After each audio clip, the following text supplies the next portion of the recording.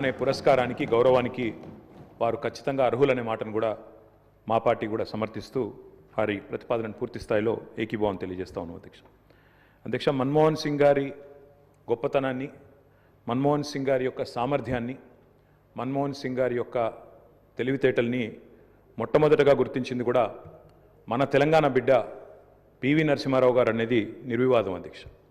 PV Narasimha Rao గారు ఆనాడు ప్రధానమంత్రిగా భారతదేశానికి ఎన్నికైన తర్వాత సాధారణంగా ఈరోజు వింటుంటాం అధ్యక్ష, లాటరల్ ఎంట్రీ అని, అంటే రాజకీయాలతో సంబంధం లేని వ్యక్తులను కూడా మనం రాజకీయాల్లో ముఖ్యంగా ప్రభుత్వాలలో ముఖ్యమైన పాత్రల్లో తీసుకురావడాన్ని లాటరల్ ఎంట్రీ అంటారు అధ్యక్ష. కానీ ఈ లాటరల్ ఎంట్రీ అనే విధానాన్ని ఆనాడు పివి నరసింహారావు గారు తీసుకొచ్చి రాజకీయాలతో సంబంధం లేని ఒక ఆర్థికవేత్త, ఆర్బీఐ గవర్నర్గా పనిచేసిన ఒక మంచి తెలివైన ఒక ఆర్థికవేత్త మనకు అందుబాటులో ఉన్నారని చెప్పి గుర్తించి గౌరవించి వారిని ఆర్థిక మంత్రిగా ఆనాడు నియమించారు అధ్యక్ష. ఆర్థిక మంత్రిగా నియమించబడ్డ తర్వాత డాక్టర్ మన్మోహన్ సింగ్ గారు ఆనాడు 1991లో అనుకుంటాను అధ్యక్ష, సబ్జెక్ట్ టు కరెక్షన్, బడ్జెట్ ప్రవేశపెడుతున్నప్పుడు ఒక గొప్ప మాట అన్నారు. ఆయన అన్న మాట, let the whole world here loud and clear, India is wide awake. అంటే ప్రపంచం మొత్తం వినాల్సిన సమయం వచ్చింది, నా దేశం మేల్కొని ఉంది అనే మాట ఆనాడు ఒక ఆర్థికవేత్తగా ఆర్థిక సంస్కరణలు ప్రవేశపెట్టే సందర్భంలో డాక్టర్ మన్మోహన్ సింగ్ మాట్లాడిన మాట అధ్యక్ష. ఆ మాటలు, ఆయన సిద్ధాంతం, ఆనాటి పివి నరసింహారావు గారి నాయకత్వం ఇవాళ ఈ దేశంలో సమూలమైన సంస్కరణలు తెచ్చింది. ఈ దేశంలో ఎన్నో రకమైన విప్లవాత్మకమైన మార్పులు కూడా వచ్చినాయి అధ్యక్ష. కేవలం 15 రోజులు మాత్రమే ఫారెక్స్ నిలువలు ఉన్న ఆనాటి పరిస్థితి నుంచి మొత్తం ప్రపంచం అంతా ఆశ్చర్యపోయే స్థాయికి దేశాన్ని పరిగెత్తించిన ఆర్థిక సంస్కరణ శీలి డాక్టర్ మన్మోహన్ సింగ్. అనవసరపు డాంబికాలు, అనవసరపు ఆర్భాటాలు లేకుండా, హడావిడి లేకుండా సింపుల్ లివింగ్, హై థింకింగ్ అనే మాటకి పర్యాయ పదంగా డాక్టర్ మన్మోహన్ సింగ్ గారిని మనం చెప్పుకోవచ్చు అధ్యక్ష. Loyalty is a very rate. Loyalty అనేది, విశ్వాసం అనేది ఇవాళ రాజకీయాల్లో చాలా అరుదైన పదం అధ్యక్ష. అట్లాంటిది తనకు అండగా నిలబడ్డ మరి కాంగ్రెస్ పార్టీకి జీవితాంతం సేవలు అందించిన ఒక మహానుభావుడు డాక్టర్ మన్మోహన్ సింగ్. ఎందుకంటే ఒక ఆర్థిక మంత్రిగా, తర్వాత ప్రధానమంత్రిగా 10 ఏళ్ల పాటు పనిచేసి మరి పూర్తి స్థాయిలో ఆ పార్టీ అధికారం కోల్పోయిన తర్వాత కూడా అంతే స్థాయిలో నమ్మకంగా, ఇందాక ముఖ్యమంత్రి గారు చెప్పినట్టు అవసరమైతే ప్రజాస్వామిక నిరసన కార్యక్రమాల్లో కూడా ఆ పార్టీ తరఫున ఒక సభ్యుడిగా పాల్గొన్న ఒక అభ్యుదయవాది, ఒక నిరాడంబర మనిషి డాక్టర్ మన్మోహన్ సింగ్ అధ్యక్ష. ఆయన ప్రధానమంత్రిగా ఉన్న కాలంలోనే మా నాయకుడు, మా పార్టీ అధ్యక్షులు, తెలంగాణ తొలి ముఖ్యమంత్రి కేసీఆర్ గారు దాదాపు ఒక 1.5 సంవత్సరాల కాలం పాటు వారి క్యాబినెట్లో మంత్రిగా కూడా పనిచేశారు అధ్యక్ష. మంత్రిగా పనిచేసే క్రమంలో ఆనాడు 2004లో కాంగ్రెస్ పార్టీతో పొత్తు పెట్టుకొని మరి ఆనాడు ఎన్నికల్లో గెలిచిన తర్వాత క్యాబినెట్లో భాగస్వామ్య పక్షాలను కూడా ఆహ్వానించి కేసీఆర్ గారి క్యాబినెట్ మంత్రిగా తీసుకున్న తర్వాత వెంటనే ఒక చిన్న చిక్కు సమస్య వచ్చింది అధ్యక్ష. కేసీఆర్ గారికి పోర్ట్ఫోలియో ఆనాడు షిప్పింగ్ పోర్ట్ఫోలియో ఇవ్వడం జరిగింది. ఇస్తే వెంటనే డిఎంకే వాళ్ళు, అప్పుడు వాళ్ళు ప్రధాన భాగస్వామ్య పక్షం యూపీఏలో, వాళ్ళు వెంటనే అభ్యంతరం లేవనెత్తినారు. మీరు మాకు కమిట్మెంట్ ఇచ్చారు, మాకు ప్రామిస్ ఇచ్చారు, మీరు వెంటనే మరి వారికి ఎట్లా ఇస్తారో అని అభ్యంతరం పెడితే కేసీఆర్ గారు ఒక్క క్షణం కూడా సంకోచించకుండా వెంటనే మన్మోహన్ సింగ్ గారి దగ్గరికి వెళ్ళి, డాక్టర్ గారు నేను వచ్చింది పదవుల కోసమో పోర్ట్ఫోలియోల కోసమో కాదు, నేను వచ్చింది నా తెలంగాణ కోసం అని చెప్పి వారికి తిరిగి ఆ షిప్పింగ్ పోర్ట్ఫోలియోని ఇస్తే ఆ రోజు మన్మోహన్ సింగ్ గారు అన్న మాట అధ్యక్ష, చంద్రశేఖరరావు గారు మీరు ఏ నిబద్ధతతో, ఏ సిద్ధాంతం కోసం, ఏ రాష్ట్రం కోసం అయితే వచ్చారో అది ఫలించాలి అని మనసారా నేను కోరుకుంటున్నాను.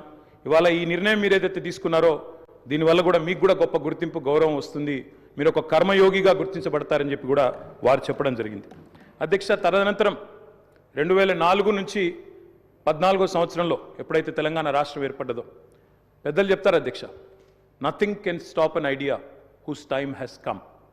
అంటే ఒక గొప్ప ఆలోచనకు, ఒక అరుదైన సందర్భానికి సమయం వచ్చినప్పుడు ప్రపంచంలో ఏ శక్తి దాన్ని ఆపలేదు అధ్యక్ష. అట్లా మన్మోహన్ సింగ్ గారు కూడా నమ్మారు కాబట్టే ఆనాడు తెలంగాణ ఉద్యమంలో ఉన్న నిబద్ధత, తెలంగాణ ఉద్యమానికి ఉన్న బలం, తెలంగాణ ప్రజల యొక్క పోరాట స్ఫూర్తి ఇవన్నీ కూడా అర్థమైనాయి కాబట్టే 14లో ఆనాడు అనివార్య పరిస్థితుల్లో తెలంగాణ రాష్ట్ర ఏర్పాటు జరిగినప్పుడు అప్పుడు మన్మోహన్ సింగ్ గారి నాయకత్వంలో జరిగింది. తప్పకుండా మేమందరం కూడా దాన్ని మర్చిపోము అధ్యక్ష. అధ్యక్ష, ఒక్క మాట ఇవాళ గుర్తు చేసుకోవాల్సిన అవసరం ఉంది. మన్మోహన్ గారి నిబద్ధత గుర్తు చేసే సందర్భంలో సరిగ్గా ప్రధానమంత్రిగా వారు ఎన్నికైన తర్వాత 6 నెలలకి పెద్దలు మా పార్టీ అధ్యక్షులు కేసీఆర్ గారు ఆనాటి కేబినెట్ సహచరుడిగా వారికి ఒక ముఖ్యమైన డెలిగేషన్ నేను తీసుకొని వస్తున్నాను సార్, దయచేసి మాకు సమయం ఇవ్వండి అని అడిగినారు. ఇది నేను చెప్పేది మీరు పేపర్లో కూడా చూసుకోవచ్చు అధ్యక్ష. డిసెంబర్ 18 సరిగ్గా 20 సంవత్సరాల కిందట డిసెంబర్ 18, 2004 సంవత్సరం అధ్యక్ష టైం ఇచ్చారు ఆయన.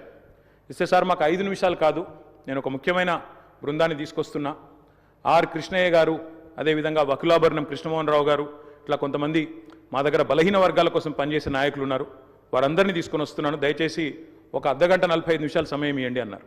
అంటే మన్మోహన్ సింగ్ గారి గొప్పతనం ఏంటంటే అధ్యక్ష, సమస్య తీవ్రత తెలుసుకున్న తర్వాత ఓబీసీలకు అన్ని రాష్ట్రాల్లో మంత్రిత్వ శాఖలు ఉన్నాయి, కేంద్రంలో కూడా ఓబీసీ వెల్ఫేర్ మినిస్ట్రీ పెట్టాలి అని మన్మోహన్ సింగ్ గారి దగ్గరికి కేసీఆర్ గారు డిసెంబర్ 18, 2004 నాడు ఒక బృందాన్ని తీసుకొని వెళ్తే 45 నిమిషాల సమయం ఇచ్చిన ప్రధానమంత్రి గారు గంటన్నర సేపు వారితో గడిపినారు అధ్యక్ష. గంటన్నర సేపు మొత్తం విషయం అర్థం చేసుకోవడానికి, అధ్యయనం చేయడానికి గంటన్నర సేపు వారితో గడిపి తప్పకుండా నేను చూస్తాను అని చెప్పి వారు చెప్పిన మాట కూడా నేను గుర్తు చేస్తా ఉన్నా అధ్యక్ష.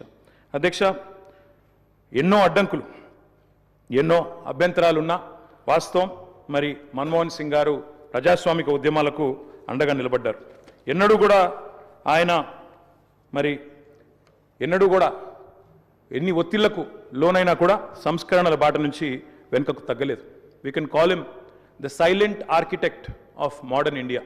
ఆయనకు పేర్లు పెట్టారు అధ్యక్ష. మన్మోహన్ కాదు, ఈయన మౌనమోహన్ సింగ్ అన్నారు. ఇక రకరకాలుగా మాట్లాడారు, కానీ ఆయన పాటికి ఆయన పనిచేసుకుంటూ పోయినాడు. ఏమేం సంస్కరణలు దేవాలో తీసుకుంటూ వచ్చినారు. వారు తెచ్చిన సంస్కరణలు కూడా చాలా విప్లవాత్మకమైన సంస్కరణలు. ఇప్పుడే డిప్యూటీ సీఎం గారు కూడా చెప్పారు. తప్పకుండా చాలా సంస్కరణలు కూడా వారు తెచ్చారు. ఎంతమంది ఎన్ని రకాలుగా ఆయనను అవమానించే ప్రయత్నం చేసినా నిజంగా చెప్పాలంటే ఆకాశం స్థాయి తగ్గదు అధ్యక్ష. అవమానం చేస్తే ఆకాశం స్థాయి తగ్గదు. ఎన్ని నిందలు వేసినా మహోన్నతులు తొనకరు బెనకరు. అటువంటి స్థితప్రజ్ఞతను మనం డాక్టర్ మన్మోహన్ సింగ్లో చూసాం. ఇవాళ మన్మోహన్ సింగ్ గారి గురించి మాట్లాడుకునేటప్పుడు తప్పకుండా మన తెలుగు బిడ్డ, మన తెలంగాణ బిడ్డ పివి గురించి కూడా మనం గుర్తు చేసుకోవాలి అధ్యక్ష. మేము మొన్న మా పార్టీ అధ్యక్షులు పెద్దలు కేసీఆర్ గారి ఆదేశం మేరకు పార్టీ వర్కింగ్ ప్రెసిడెంట్గా నేను, నాతో పాటు మా గౌరవ రాజ్యసభ సభ్యులు అందరం కూడా వారి ఇంటికి పోయాం, నివాళులు అర్పించాం. తెల్లారి అంత్యక్రియల్లో మేము కూడా పాల్గొన్నాం అధ్యక్ష. మొత్తం అంత్యక్రియలు ముగిసిన తర్వాతనే వారి కుటుంబాన్ని కలిసి పరామర్శించి మా తరపున కూడా సానుభూతిని చెప్పి వచ్చినాం అధ్యక్ష. కానీ అక్కడ పోయినప్పుడు ఒక మాట మాత్రం కొంత బాధ అనిపించింది అధ్యక్ష. మన్మోహన్ సింగ్ గారికి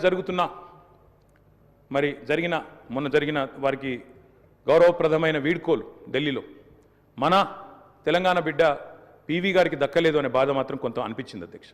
దయచేసి నేను ముఖ్యమంత్రి గారిని కోరుతా ఉన్నా, ఇది తెలంగాణ శాసనసభ. ఇప్పుడు మీరు అన్నారు తీర్మానం భారతరత్న అన్నారు, సంతోషం. అదే మాదిరిగా విగ్రహం పెడదామన్నారు. తప్పకుండా ప్రభుత్వం ఎక్కడ వారు నిర్ణయిస్తే అక్కడ మేమందరం కూడా వస్తాం అధ్యక్ష. తప్పకుండా అట్లాంటి కార్యక్రమాల్లో కలిసి పాల్గొంటాం.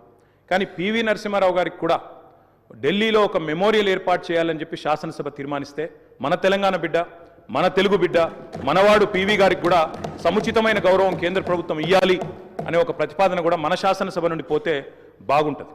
ఎందుకంటే ఢిల్లీలో అందరూ ప్రధానమంత్రులకు మెమోరియల్ ఉంది అధ్యక్ష, కానీ ఒక్క పివి గారికి లేదు. అదొక రకంగా మనకు అవమానం, మనకు తీరని లోటు. కాబట్టి ఈ తీర్మానంతో పాటు దాన్ని కూడా జతపరిచి పంపించినట్టయితే తప్పకుండా వారిని కూడా, ఎందుకంటే మన్మోహన్ గారిని రాజకీయాల్లోకి తెచ్చిందే పివి గారు, అట్లాంటి పివి గారికి కూడా ఒక మెమోరియల్ ఏర్పాటు చేయాలని శాసనసభ ఏకగ్రీవ తీర్మానం చేస్తే మన